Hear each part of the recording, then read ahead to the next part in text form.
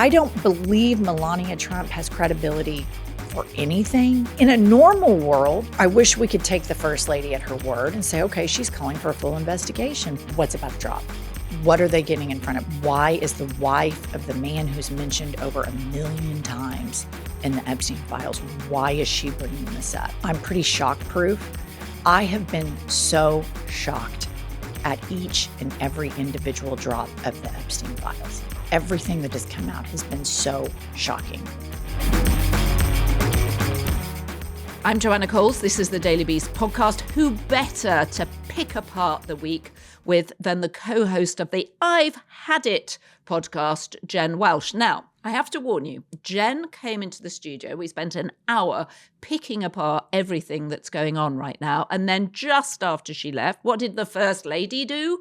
In her impeccable accent, she delivered a strange, convoluted, peculiar statement about how I never knew Jeffrey Epstein. So I thought I should call Jen and find out what she thinks about this. So it may seem a little bit disjointed, but we've got Jen and me talking about Melania as we get into it. And do listen for Jen's Melania accent, because truth told, I think it's better than mine.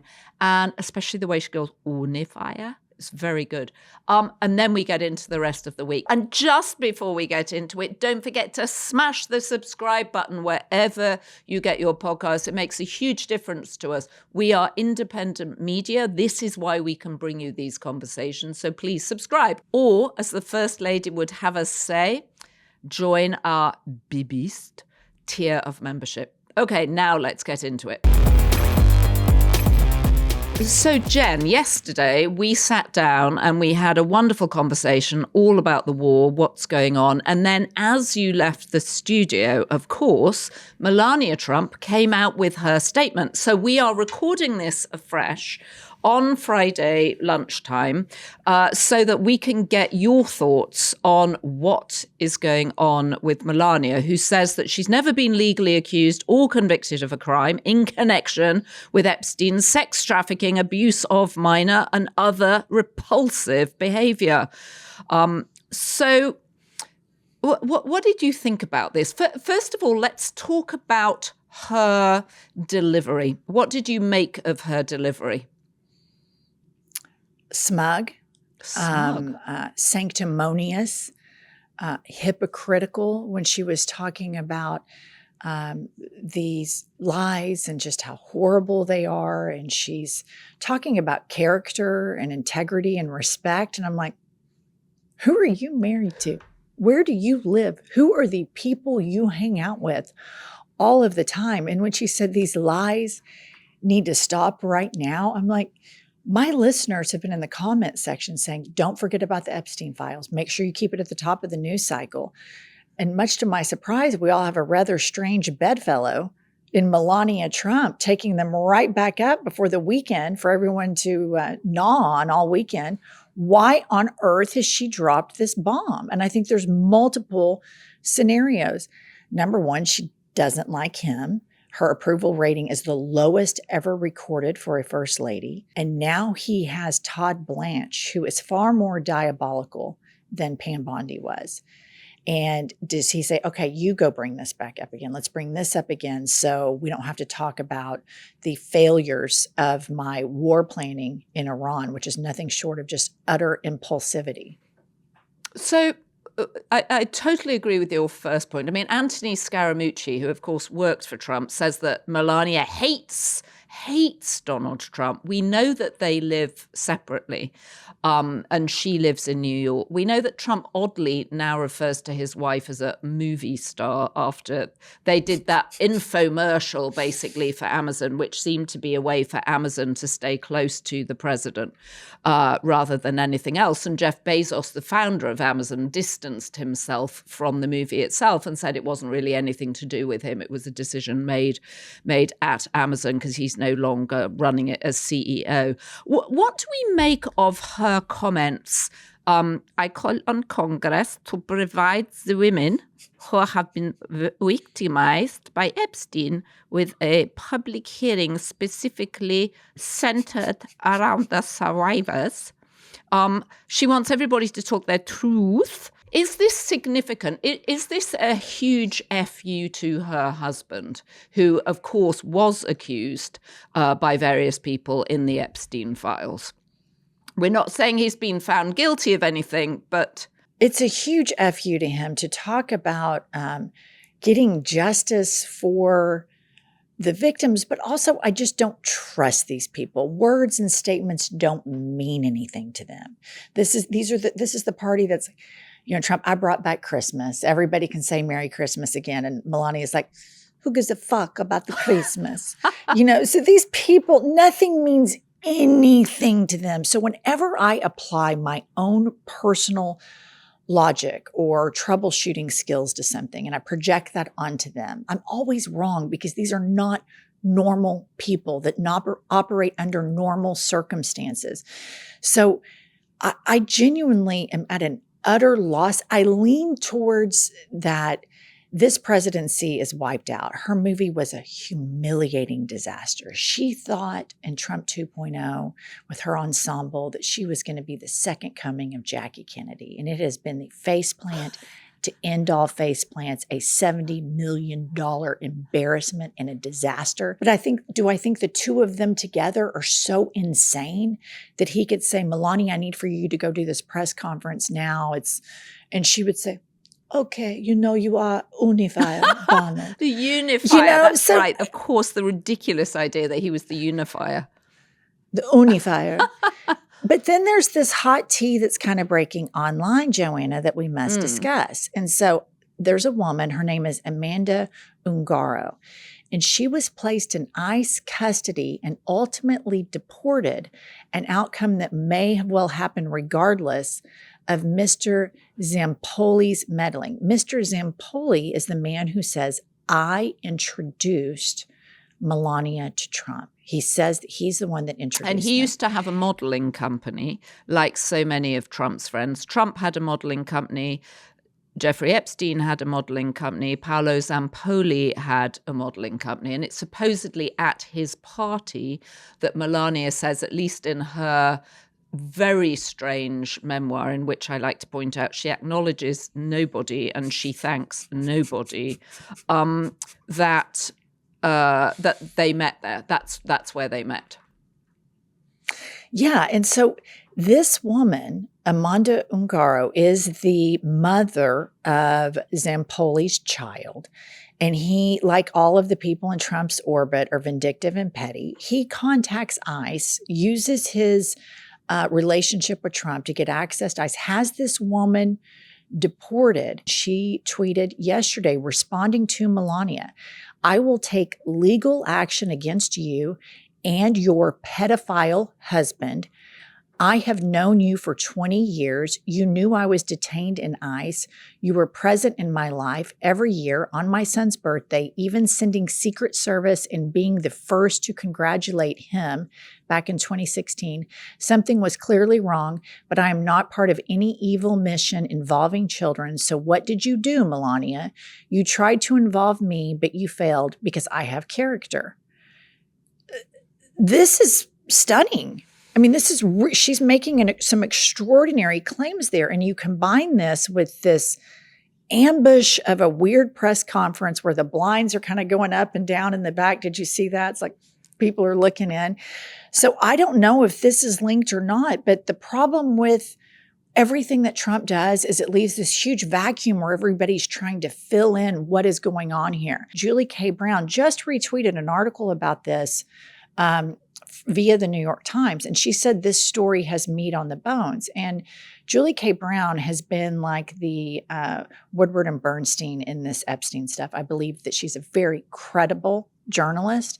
And when she nodded at this online, that this really has some meat on the bones, this is incredibly interesting. So Donald Trump said yesterday that he didn't know what Melania was going to talk about. Do you think that's true?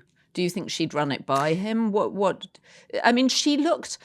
I thought it was interesting you said she looked smug. I thought she looked nervous. She was reading, obviously. And again, one is just mesmerized that she hasn't bothered to learn the language of the country that she represents as First Lady. So there were several words, important words, that she actually got wrong. And of course, what's also interesting is that we know now, and earlier this week we were interviewing Stacey Williams and Carrie Otis about the experience they had of abuse during the modelling years. And we know that Melania was a model. She came here from Eastern Europe as a model.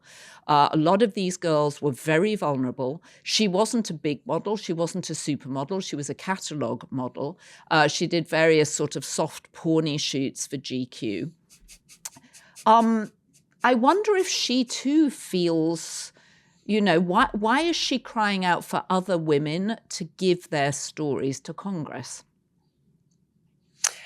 It's really fascinating because they show such disrespect for their supporters, the Trumps inherently.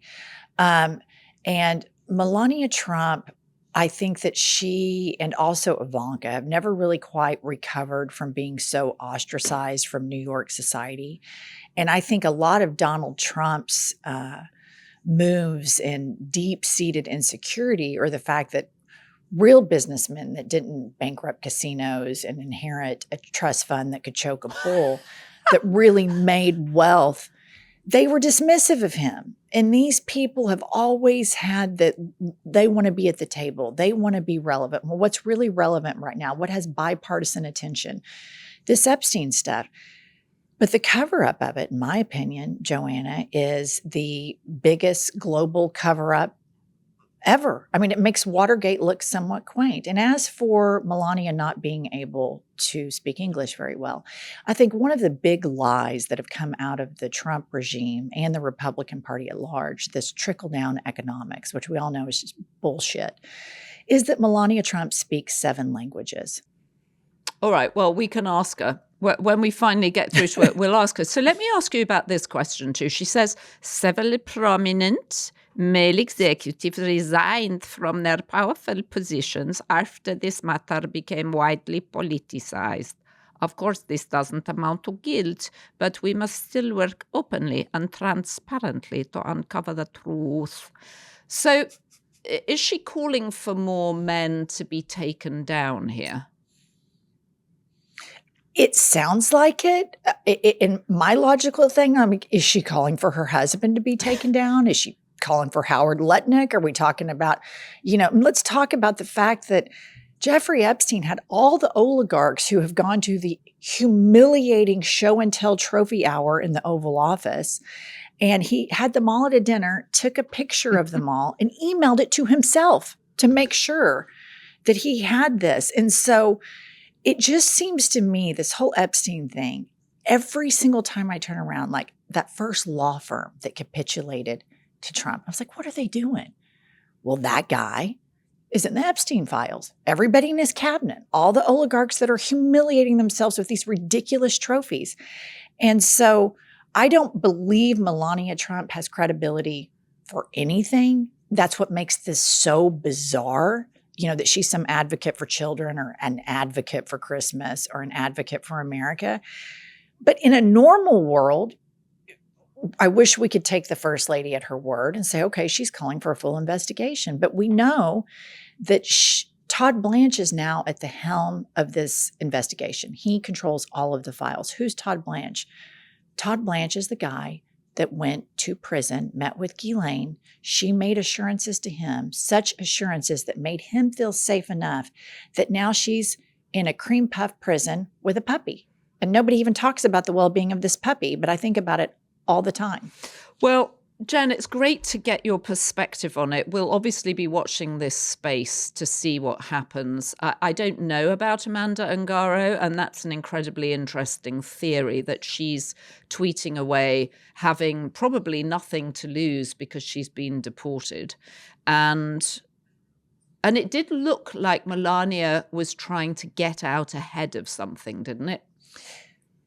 That's the thing. My immediate thing is what's about to drop? What are they getting in front of? Why is she bringing this up? Why is the wife of the man who's mentioned over 1 million times in the Epstein files, why is she bringing this up? The first instinct is always some form of self-preservation when people do something like this. So what she's talking about, lies about her, when we've seen photographic evidence and an email that she and Ghislaine were really beyond acquaintances, were rather friendly. And so I think it's really interesting. So we'll have to keep an eye on it, because I don't know if that Amanda Ungaro thing has legs, but I know this, Joanne. I know that it takes a lot to shock me. I'm pretty shock proof. I have been so shocked at each and every individual drop of the Epstein files. Everything that has come out has been so shocking. Yeah. And your point about it just being, well, just extending incredibly widely. And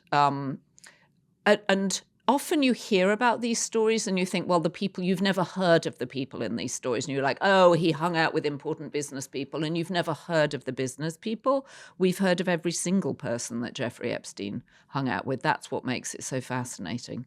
And as we know, he was Donald Trump's best friend, closest friend for at least 10 years. So Jen, we're now going to get on with the rest of the conversation that we had, but I've loved seeing you. It's so much fun to have you in the studio this week. And, well, let's get on with the rest of it. The wall. Tell me how it's going down with the MAGA base. This is the time where I think he's going to have a little bit of problems. I think you're going to have like a core, probably less than 30% of MAGA voters that will just do whatever and go along with whatever. But you cannot spin gas prices. Everybody has to go to the tank. And within 30 days, it's been the highest increase in the history of the country. Right. And that's impossible to spin as, well, it's because of this or it's because of that. And that really hits people. So I think there is an unredeemable portion of his base that will just rearrange the deck chairs on the Titanic.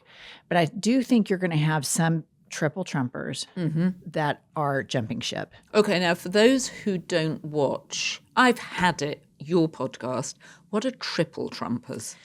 Triple Trumpers are those fellow Americans of ours that live in this great country of ours that voted not once, not twice, but tripled down on Trump.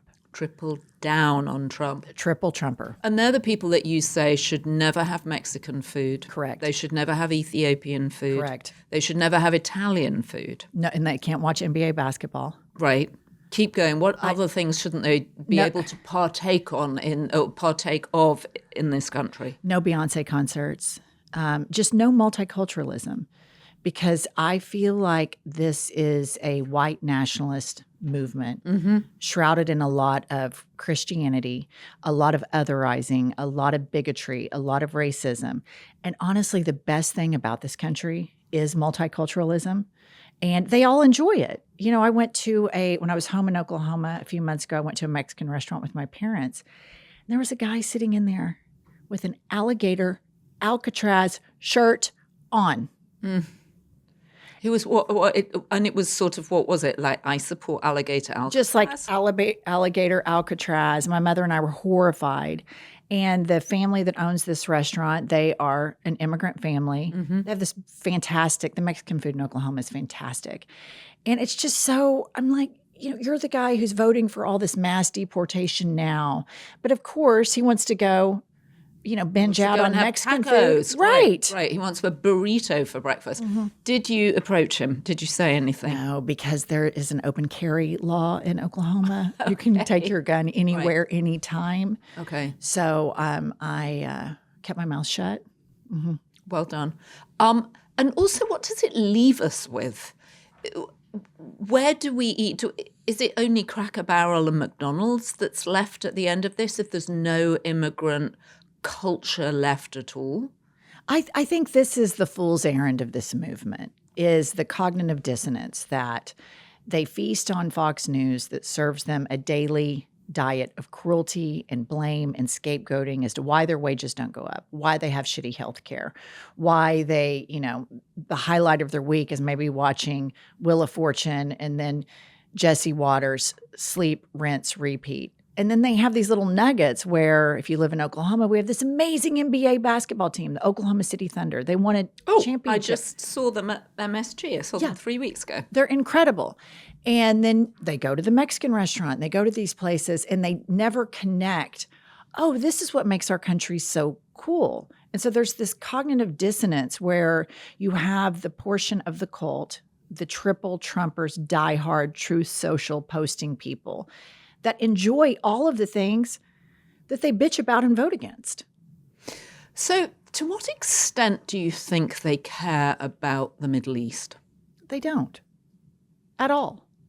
I mean, there's no experience in growing up in a flyover state where you are removed from a lot of multiculturalism and you have these wars going on where you even understand. I would even venture to say that if you showed people in Oklahoma or any state, show me where Iran or Iraq is, they couldn't. What are the differences in the two countries? They couldn't explain it. Well, I'm not sure half the cabinet could explain that either. In fact, probably most of the cabinet could not explain that. Yeah, so I would say that this is not a pressing issue. Now, I will say this is where I think Trump might get himself in a pickle with even the cultiest of cultists, because we remember the Iraq War and what a disaster, what a quagmire that was. And it turns out it was all based on a lie. Colin Powell went, pitched it. You know, you remember it was horrible. Abu Ghraib. And then George W. Bush's economy, like all Republican economies, crashed, recession, et cetera. And here we are again.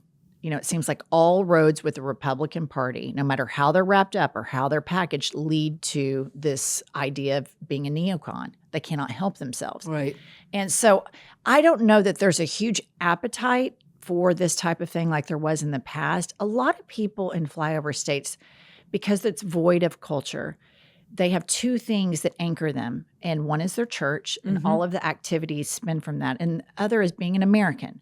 We're patriots, and we have all of these movies and television shows that show how awesome our military is, and these hot fighter pilots, and they're doing cool shit, you know. And then they're like, "Yeah, we're the good guys. We're Americans." So, I think initially George W. Bush, the smart one, to George H.W. Bush, the smart one, then to the dumb one, George W.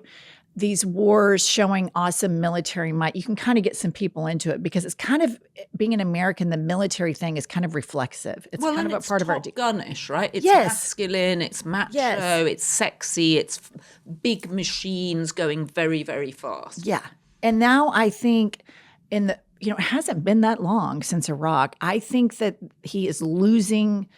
The Republican Party is losing a lot of their ability to manipulate the public to buy into this. Now, there are people that I think would just go along with whatever he says, but he's changed his narrative, and the Trump regime has changed their narrative. We're going to go liberate the Iranians, so now we're going to wipe out their entire civilization. I mean, it's just whiplash out the wazoo with these people. So you mentioned the church as being absolutely central to a lot of these communities. And I remember that growing up in the UK. It was very central to my community.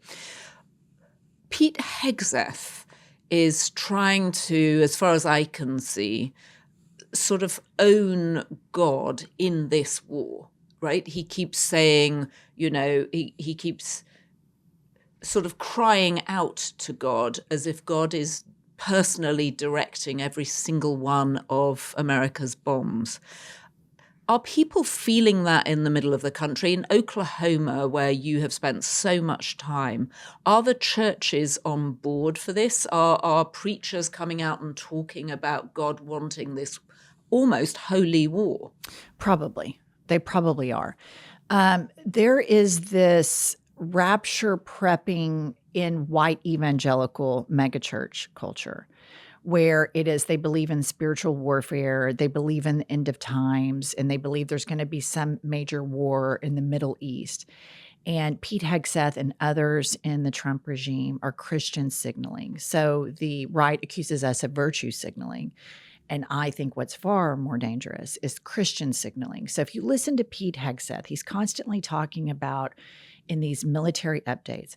God is good. God is guiding our shots. The whole thing is all of this crazy ass weaponized Christianity as though God is guiding U.S. munitions to bomb little girls that are in school in Iran. It's insane. And he is firing people that are Black or are women. So in the army, in the military. Yeah. And I think it's absolutely terrifying. There's been reports in the military of service members saying that generals are kind of proselytizing as they're doing their missions and in the military. So I'm very fearful that we've already seen Trump take over ICE and start weaponizing it against U.S. citizens. I'm very terrified that the next step is the military so that he can realize his entire coup. So you see him escalating this war in Iran. If you go back over Trump's Twitter feed when Obama was president, he's going to start a war in Iran so that he can win the election. There's all of this stuff that Trump says. And then if you remember at the beginning of this second term, Joanne, he says, what's so great about whether it's Putin or somebody else, they don't have elections or Netanyahu because they're at war. Right. And so I think he has no desire to pump the brakes on this thing. I think the Pentagon advised him, you cannot do this because the Strait of Hormuz will close and we will not have oil. And that's why he's spiraling out over the Strait of Hormuz.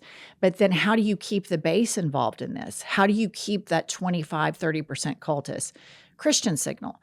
But much to my surprise, the biggest conspiracy theorists and all of the Christian signaling and all of the MAGA machinations, manic episodes, Alex Jones, Megyn Kelly, Tucker Carlson, Candace Owens, were all calling for the 25th Amendment. And I was like, what? So how come they're doing that? Are they doing that just to create noise and attention? Are they doing it because they actually believe it? Because these people seem as cynical as they come. I don't believe for a moment that Candace Owens actually thinks Brigitte Macron is a man, but she's figured out, that's how I get attention. I'm not sure she expected the lawsuit from them.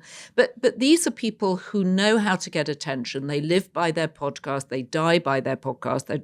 They have to get growth somehow. It's almost like the more outlandish they are, they have to keep becoming even more outlandish. The tolerance grows, right? It's like a drug. Totally. So do we believe them on the 25th Amendment?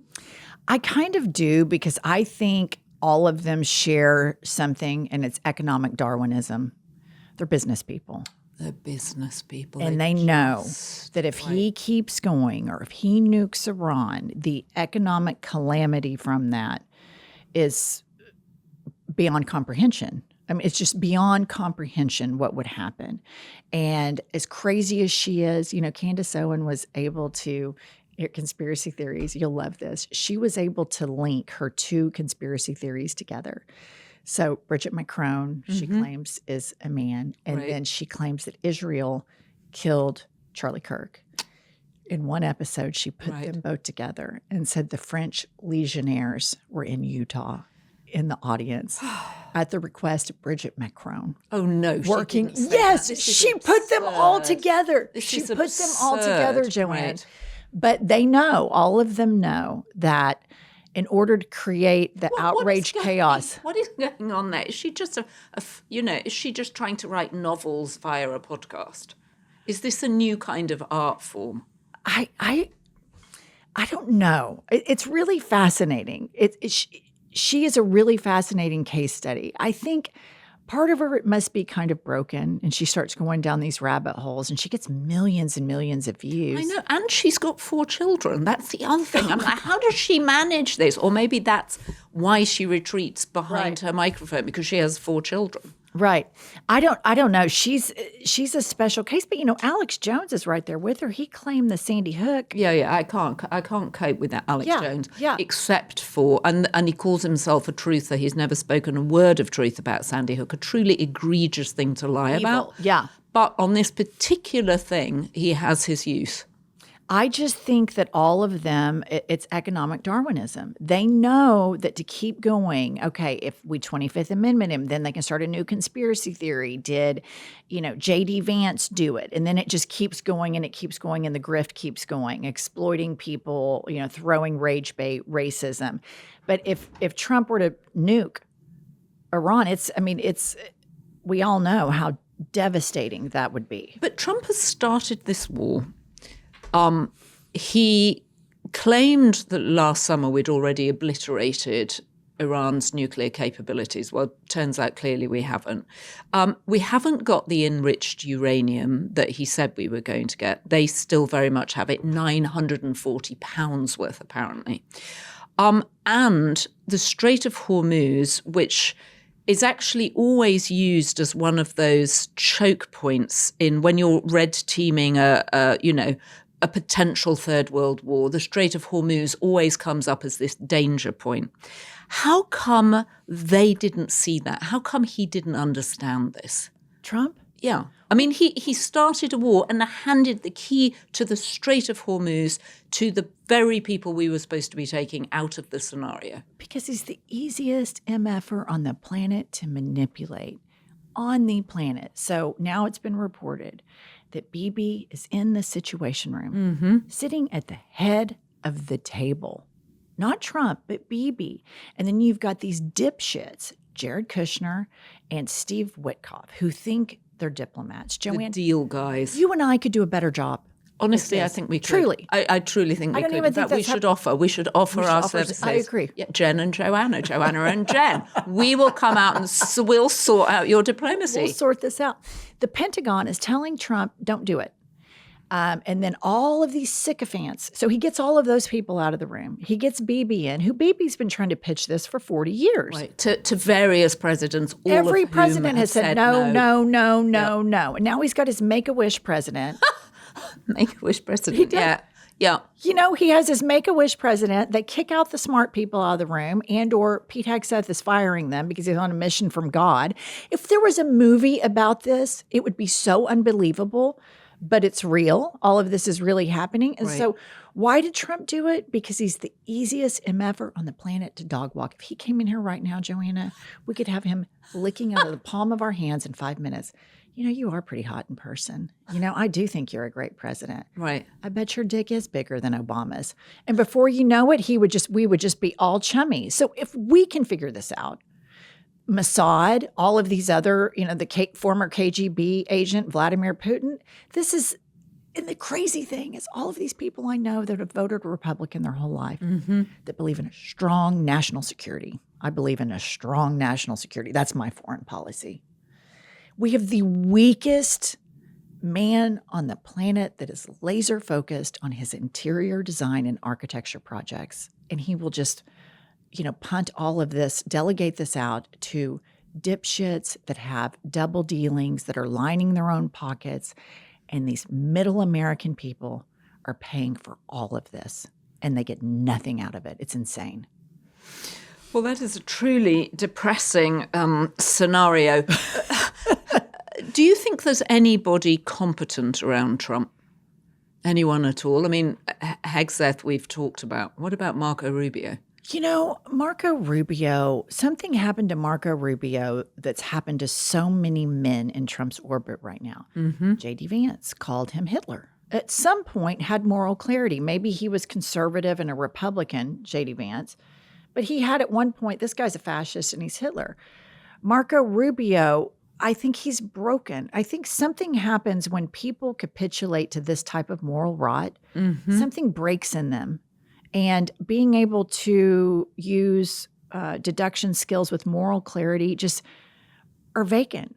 And so whether Marco Rubio is still intelligent or not is irrelevant, because scholars of authoritarians tell us that they do not allow anyone to outshine the dictator. And if somebody does, then there is a humiliation ritual. Furthermore, we know from scholars that dictators do divide and rule. So you see that sometimes Trump will prop up JD, sometimes he props up Rubio, and so on. And I think JD Vance is really being pretty savvy right now because he's trying to be the anti-war guy in the room. And you notice that story that the New York Times just did, Maggie Haberman, about BB being in there. Well, my theory is that J.D. Vance must have leaked it, because there's a whole paragraph devoted to how J.D. Vance is so anti-war, but everybody else told Trump to go ahead and do it. Well, J.D. Vance knows that Donald Trump is a dementia duck. He's got dementia. Right. He's a lame duck, and he knows he would be the heir apparent. So who's going to win after all of this? We know from 2008 the anti-war candidate won, Barack Obama, in the face of Hillary, John Edwards, McCain. And so I think that he's positioning himself to be the heir apparent to this. But Donald Trump has just sent him to Pakistan after his trip parading around rallies with Viktor Orban. Yes. In Hungary, has just sent J.D. Vance to Pakistan and sort of said, you handle it, J.D., you do it. So that seems like a mission, a genuine mission impossible. I mean, I don't think he's going to come back like Tom Cruise swaggering on a motorbike. I think that is a hiding to nothing. Who is going to be able to get that deal done? I mean, one of the 10 points that the Iranians put forward to start negotiations was they control the Strait of Hormuz. That seems non-negotiable in terms of the American position. So I agree with you that J.D. Vance was clearly a source for the Haberman and Jonathan Swan book called Regime Change, which is coming out later this month, I think, or next month. But I wonder if Trump is onto him and in his feral way understands who's going to be opportunist here when he really hits his lame duck period after the midterms. And so he sent JD off to do the impossible. I think so. I think he probably hears, because that work environment, Joanna, it's toxic, despite that, I think they all hate each other, right? Of course they do. So, Stephen Miller, somebody's like, oh, look at J.D. Vance trying to act like he's so smug and he's so anti-war. You should send him to Pakistan. And I think that's all it takes. Right. And he's like, yeah, let's send JD, that little smug fucker. And off they go. And it's just high times giggling in, Marie Antoinette's lair, AKA the Oval Office. Right. I think that these are not serious people doing serious things. They just have a very serious job. Right. And it's being taken very seriously by everybody else. Mm-hmm. So we've discussed Hegseth. Rubio, little boy in those big man shoes. Have you ever seen anything funnier than Rubio trying to shuffle forward in those $148 Florsheim black brogues? A sort of tragic figure in many ways, Rubio, right? I mean, he had his moment with Venezuela. He's going to get sucked into this Middle East crisis, which, as you point out, nobody cares about. Nobody can pick out Iran on a map, including half the cabinet. Where does this go? How scared should we be? I think we should be terrified. I think we should be absolutely terrified. It's so weird, because as we're all living our lives, you can go out and talk to your friends and you can kind of forget that all of this is going on. But as we're sitting here right now, they are breaking fundamental pillars of American democracy, of the American economic system. And that's before we even get to, these are just the players at the table. This is before we even get to the oligarchs that have funded this entire thing, that have bent the knee. So we have nobody is going to save us. You don't have industry titans standing up and saying, no, we do not support this, like you did in Trump 1.0. You have the cabinet, which, who is the craziest? Who is the dumbest? We could do a 10-part podcast about that. I think it'd be really quite good. We should do that. It's a very good idea. And we could start with Kristi Noem. Oh, we haven't even talked. How could we have got this far into the podcast, Jen, and not talked looning? I need to keep you abreast of a situation. Go ahead. Regarding Big Titty Brian. BTB, the husband. Big Titty Brian. Is that what you just called him? Big Titty Brian. Why does he spell his name so oddly too? Because everybody thinks it's Byron, but it's Brian. He spells it with an O. It's weirdly confusing. Well, I think that was probably Brian. I think that's probably what screwed him from jump. His parents thought they were cute. Right. Instead of spelling it Brian, they had to completely dick him over and do this, dyslexic. Right, can you imagine every time he fills out a form or says his name, he has to go Bryon, that's O-N. It's just annoying. It's also irrelevant, except, well, please continue. Yeah, so I think this, to me, first of all, I have to say, I was beaming for 48 hours because I am very familiar with this type of religious hypocrisy, living in the Bible Belt my whole life. And Big Titty Bryan and Kristi Noem have constantly said they have a godly marriage. A godly marriage. Godly marriage. And when she was hauled ass in front of Congress to talk about what ICE was doing to U.S. citizens in Minnesota, Big Titty Bryan sat behind her. And they grilled her about her affair with Corey Lewandowski. And Big Titty Bryan sat there and provided cover for her, that they had a godly marriage. I thought Big Titty Bryan, as you call him, and now I'm going to call him BTB. Yes. I thought he actually wasn't behind her for that. And I thought, had someone warned them that question was coming? Because I certainly saw him earlier in the proceedings. I thought for the actual question, are you having sexual relations with Corey Lewandowski, that was asked by the California Congresswoman, the Democrat, that he was mysteriously missing. You're probably right. I know that he was there for part of it because I've seen the image. He was definitely there for part of it. And, I want to be clear to your listeners that if somebody has a kink and they like to put on big titties and get on OnlyFans, I don't give a shit. It's a free country. I don't care. But what I care about are these sanctimonious MAGA Christians that are consumed with the genitals and the sex lives of everybody else, and talking about having a traditional family, a traditional marriage, a godly marriage. And come to find out, Kristi Noem is banging Corey Lewandowski, which, again, I don't give a shit. Somebody has to do it. It might as well be her. Oh. and they both deny it, but it seems, well, all I can say is they both deny it. Nevertheless, it appears to be. And she certainly didn't deny it when she was asked by the Congresswoman, right? She said that is a tabloid question. Yeah. And I was just very pleased that she said that, because we think of ourselves proudly as a tabloid, smart tabloid. But it's the hypocrisy. It's the hypocrisy. And I am a hypocrisy shamer. I think that these hypocrites need to be shamed. They're sanctimonious. They fetishize gay people at night and ostracize them during the day. And I think that this is at the epicenter of the MAGA movement, of the Viktor Orban's movement, this type of toxic masculinity, misogyny, where the through line is homophobia. And I don't think Big Titty Bryan's gay. I watched a very good interview with one of his OnlyFans ladies that he frequented. Right. It was a great interview. Highly recommend watching it. She spoke about Big Titty Bryan, was in love with her, wanted to marry her, was alone in his basement at night. And, I don't have any problem. In a normal world, I would feel badly for him. But when people in the Trump regime or in Christian circles use the word traditional family, they're doing that to be critical of single moms, single dads, 2 lesbian moms, 2 gay dads, mixed race. It is an exclusionary term that they have baked in, signaling superiority, when in fact, they're all messed up. You remember that Larry Craig, that senator that was doing the foot tap in the airport? Right, in the airport bathroom. He was a big anti-gay senator. Yeah. And it's just, then there was that pastor. And he was having relations with strangers that he met in the airport bathroom. Right. Yeah, that happened to be an FBI agent.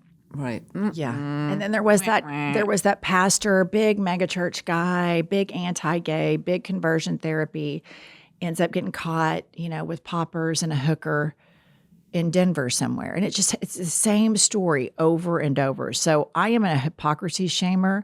I feel badly for people that live in Bible Belt culture that feel like they have to stay in the closet because of society. And if they do that in a passive way, no judgment from my part. But these people that have these, crazy private lives, and then their legislation is myopically focused on the private lives of their fellow citizens. Right. F that. I share your, well, I go back and forth on the hypocrisy, because do we have... Isn't everybody a hypocrite, and should we just relax on it? My issue is, don't tell everybody else how to live, which is, I guess, your point too, really. That don't come into my bedroom and tell me whether I can or can't do whatever I want to do, especially when I was younger. I mean, in terms of reproductive rights, in terms of abortion. I mean, what the Supreme Court has done to the accessibility of abortion across America is shameful, and it's hurtling America backwards. I mean, it's just an extraordinarily punitive thing, and I think it goes to the heart of America's really weird relationship with sex. And, it's part puritanical, it's part guns and pornography, and it's such a strange place. And then bang in the middle, you find the husband of the minister or the secretary for Homeland Security, who is in charge of your security. She's in charge of my safety. She's in charge of your children's safety. And meanwhile, her husband is giving away, up to $25,000 he spent on these women in OnlyFans, which is a huge security issue. Right. It's a security issue. He could have been blackmailed. They could have been blackmailed. They could have made up all sorts of stuff. The whole thing is just, as you said earlier, these are not serious people. No. And yet they are doing serious business. And meanwhile, her people, Greg Bovino up in Minneapolis, shooting people in cold-blooded daylight. Yeah. I mean, I think about Renee Good, and we've all seen that video, and she had a black lab in the back of her car. And she says, dude, I'm not mad at you. And she starts spinning around. And this guy is so jacked up on insecurity that he just can't handle. He can't handle it. I think her wife says something to him like, hey, big guy. And he's so jacked up on insecurity. He takes his penis extender, his gun, and then calls her a fucking bitch. And also shoots her 4 times, right? Yes. 4 times. Yes. It's like, shoot the tire, shoot past her, because the sound of a gunshot is enough to bring a car to a halt if that's the goal. But to shoot someone 4 times at lunchtime in the middle of the day when you are surrounded by people, and she's not going fast. We've all seen the video. Yeah, there's and no then threat to make here. it up afterwards, right? To say, that Kristi she was Noem trying to called her a run him terrorist. over. Right, a domestic Kristi Noem terrorist. called Yeah. her a domestic terrorist. And this is what gets me, Joanne. The whole time she's doing all this shit, she's got her husband in the basement, boozing up on vodka, putting on his tits, asking OnlyFans models to marry him. Are you kidding me? Right. Are you kidding me? Right. It's time to go back to South Dakota. Yeah. Or to prison. Or to prison. Yeah, or to prison. And then, of course, there's the death of Alex Peretti a week later. Again, an intensive care nurse. Yeah. An intensive care nurse who turns up to pay witness to what's going on, to bear witness. And then he ends up dead. And then they say, oh, well, he was armed. No, we saw the video where you disarmed him. Yeah. And he had every right to carry a gun anyway. I'm not a gun person. Yeah, me neither. But if you have the right to carry a gun and you're carrying it peacefully, then you're within your rights. So the idea that they go after him for that is also crazy. Yeah, I think when I see both of those videos, and if I think about that I'm at one of those protests, neither one of them thought for a second like it was a life or death situation. Right. They didn't think they were going to get killed. And it just reminds me that this is a lesson for our country, that Black Americans, that experience that Renee Good and Alex Peretti went through, that's been their existence. That's what happens if you live in a Black neighborhood, that instead of being invested in, we invest the money into over-policing. And these Black women have been telling us for decades, our kids are getting shot, our kids are not resisting, and we didn't listen. And so then it happens on video now to these white protesters.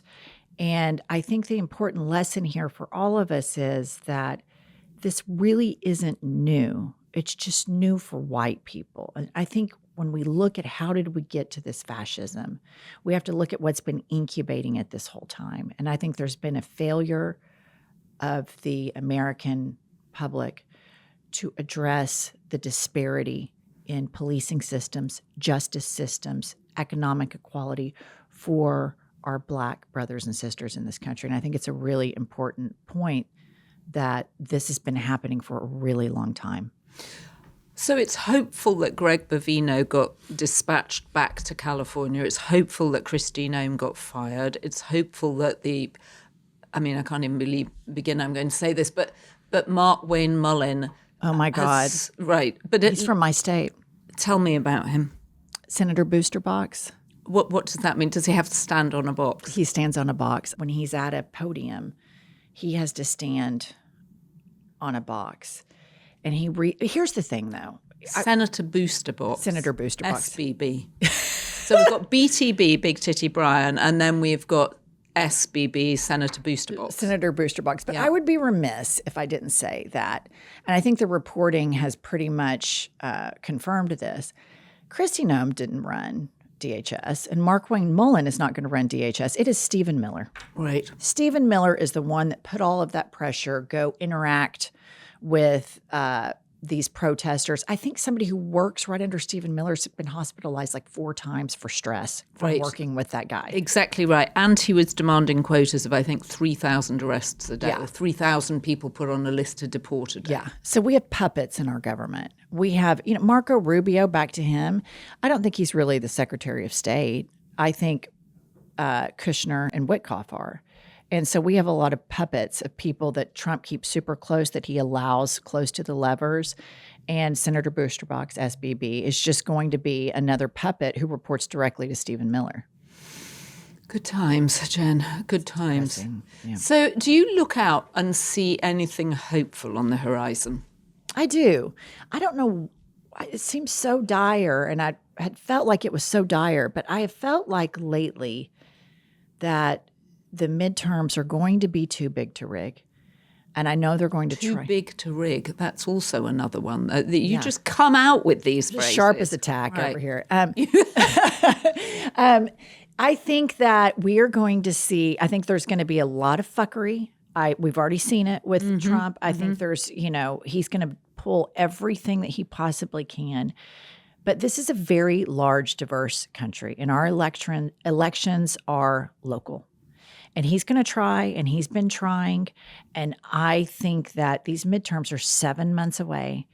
And I'm hopeful that I think it will be an absolute blue tsunami. I saw they had some special elections a few days ago. In Tulsa, Oklahoma, somebody who ran for school board, it shifted in a Democrat one. And I mean, Oklahoma is ruby, ruby, ruby red. And I know that's a very small little space, but I was like, oh, wow. Like, that's big. So as I'm listening to you, would you ever run? Never. Why not? Here's the thing. Trump has made politics seem like entertainment. And they're not. Joan, I don't want to go to work and sit and talk about infrastructure policy. I mean, that's boring to me. I need smart people that are very interested in that it excites them to do that. I don't want to go to work and talk about tax policy. I want the best, brightest, enthusiastic bean counters on the planet to go do that. Trump has given this aura where we think maybe somebody like me, where I could be in politics. Politics used to not be entertainment like this. Right. And genuinely, a lot of policy that is executed is rather boring. And I don't know that I have the attention span or the bandwidth or the knowledge to do it. I know what I believe in, and I'm a good communicator, but I'd much rather sit here with you and gossip about them doing their jobs correctly or incorrectly than taking that on, because it's a very serious job. It's very serious. I wonder if the pendulum will swing back, or whether or not the genie's out of the bottle with social media. What you have to do to stay in front of the public and what you have to do to create attention means that we no longer get serious people going into politics. I think the genie's out, but look at Zoran. He is governing. He is using social media and showing the way he's governing. He plowed all the streets, and now he's doing potholes. And I follow him on Instagram. He walked from City Hall to Gracie Mansion 6 miles yesterday, shook hands with everybody. So I think that there is a new generation of people that have been left behind by just grotesque, unregulated capitalism that see that, okay, we need to make this economy work for more people, and that are also tech savvy and compassionate.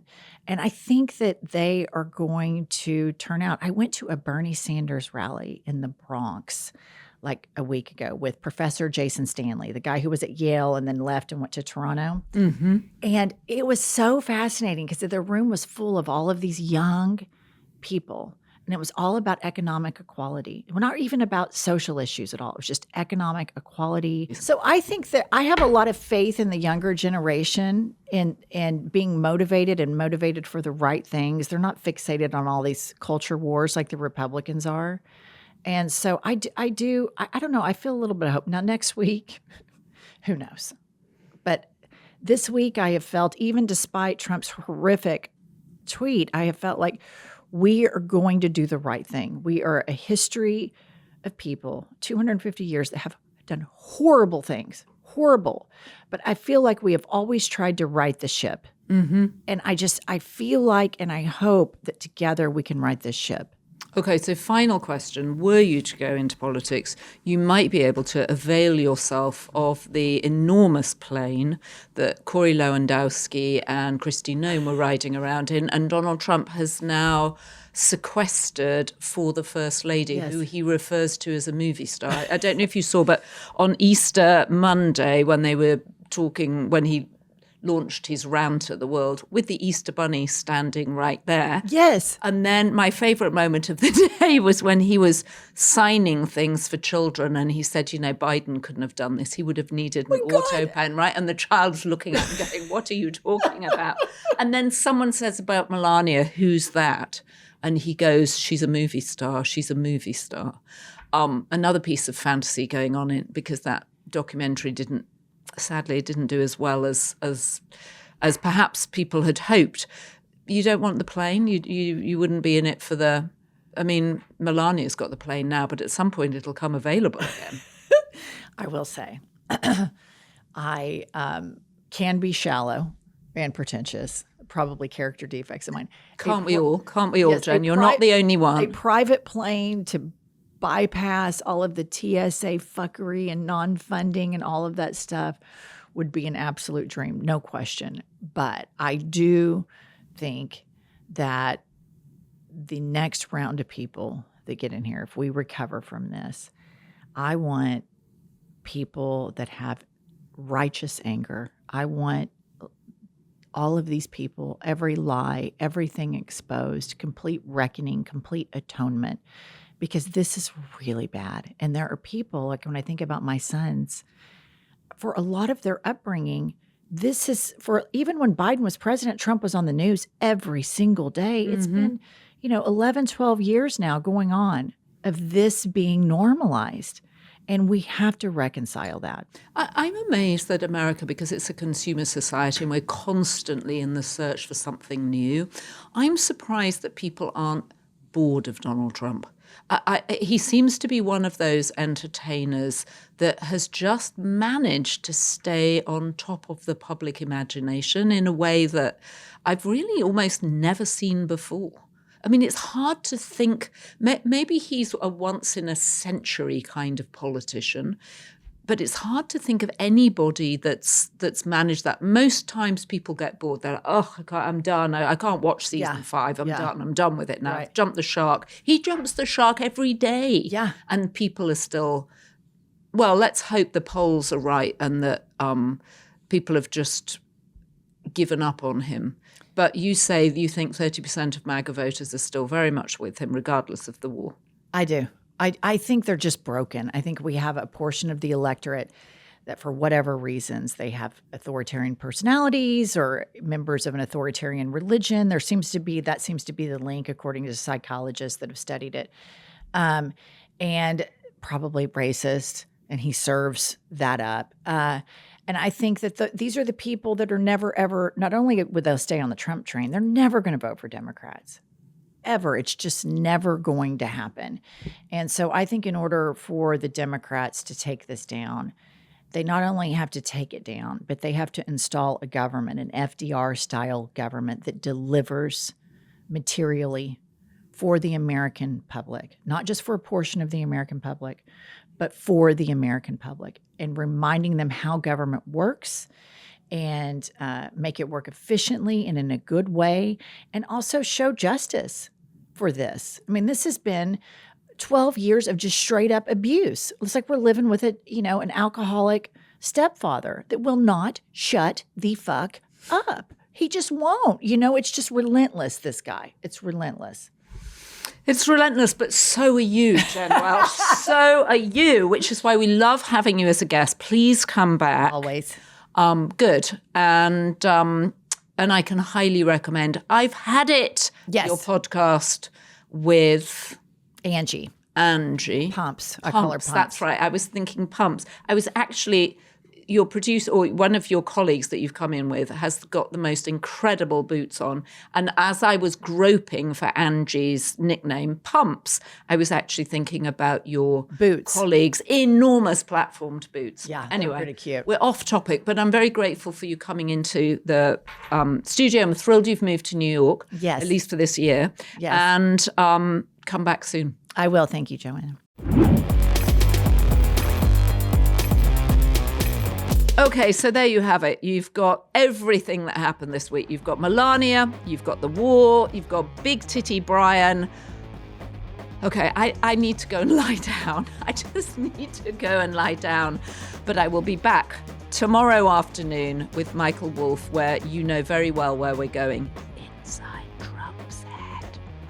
See you then. So the good news is we have so many B-Beast tier members now. There are too many names to read out, and we really appreciate your support. Thanks to our production team, Devon Rogerino, Ryan Murray, Rachel Passer, Heather Passaro, Neil Rosenhaus.